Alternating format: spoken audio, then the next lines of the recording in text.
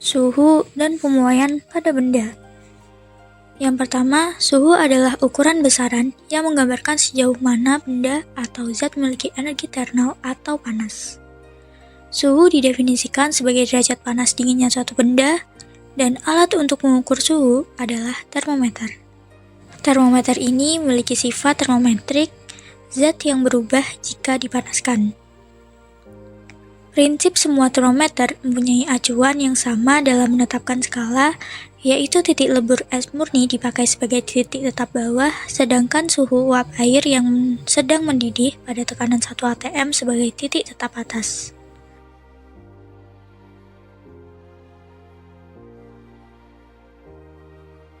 Sedangkan pemuaian benda dilihat dari karakteristik zatnya, terdapat 3 jenis pemuaian, yaitu pemuaian zat padat, pemuaian zat cair, dan pemuaian zat gas.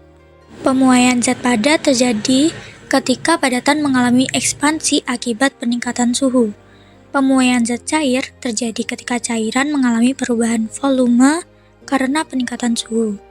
Sementara itu, pemuaian zat gas terjadi ketika gas mengalami ekspansi dan peningkatan volume akibat suhu yang meningkat. Kalor dan perpindahan kalor. Kalor merupakan bentuk energi yang terkait dengan perpindahan energi termal antara suatu sistem dan lingkungannya karena perbedaan suhu. Energi kinetik disebut kalor. Kalor dapat berpindah dari suatu benda ke benda lain atau dari benda ke lingkungannya.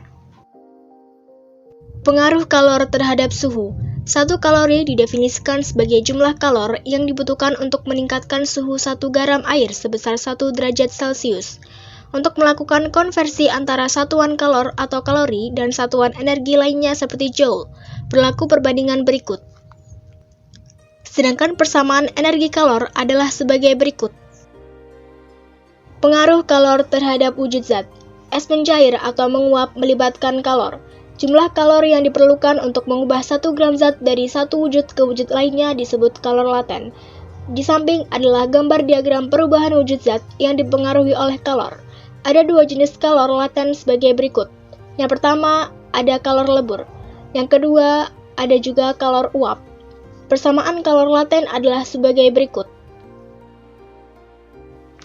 Kalor jenis merupakan besaran fisika yang mengukur jumlah kalor yang dibutuhkan untuk meningkatkan suhu 1 unit massa dari suatu zat sebesar 1 derajat Celcius atau Kelvin.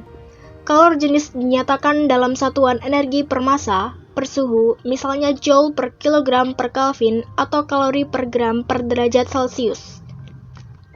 Kapasitas kalor.